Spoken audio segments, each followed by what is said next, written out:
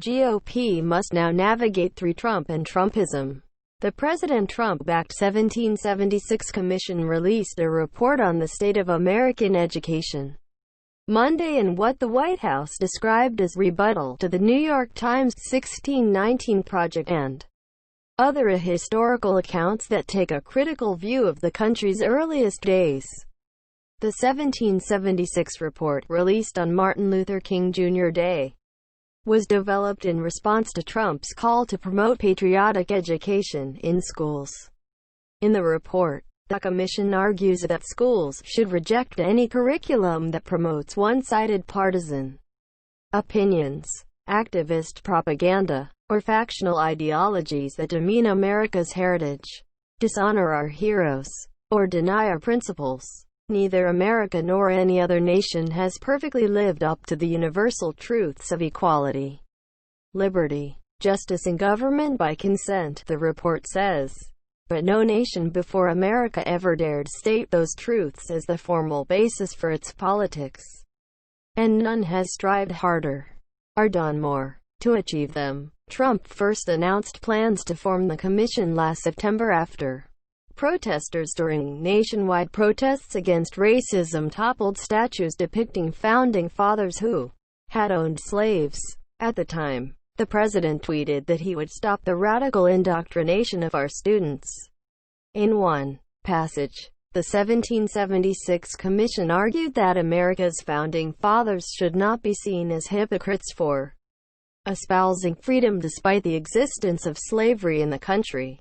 The most common charge leveled against the founders, and hence against our country itself, is that they were hypocrites who did believe in their stated principles, and therefore the country they built rests on a lie, the report says. This charge is untrue, and has done enormous damage, especially in recent years, with a devastating effect on our civic unity and social fabric. Many Americans labor under the illusion that slavery was somehow a uniquely American evil, the report adds. It is essential to insist at the outset that the institution be seen in a much broader perspective. Much of Trump's criticism has focused on the 1619 Project, a series of long-form essays by the New York Times Magazine which sought to re-examine American history by analyzing the long-term consequences of slavery and the contributions of Black Americans. Critical race theory, the 1619 Project and the crusade against American history is toxic propaganda, ideological poison, that, if not removed, will dissolve the civic bonds that tie us together, will destroy our country, Trump said at a press conference last September announcing plans for the commission. Proponents of the 1619 Project argue its critical examination of American history is a necessary critique of the country's failings. However, the project has drawn criticism from a number of historians who have questioned its accuracy. The 1776 Commission's report identifies the 1619 Project as an example of a radicalized challenge to past views of American history that sought to diminish our shared history and disunite the country by setting certain communities against others. Such works do not respect their students' independence as young thinkers trying to grapple with social complexity while forming their empirical judgments about it, the report says.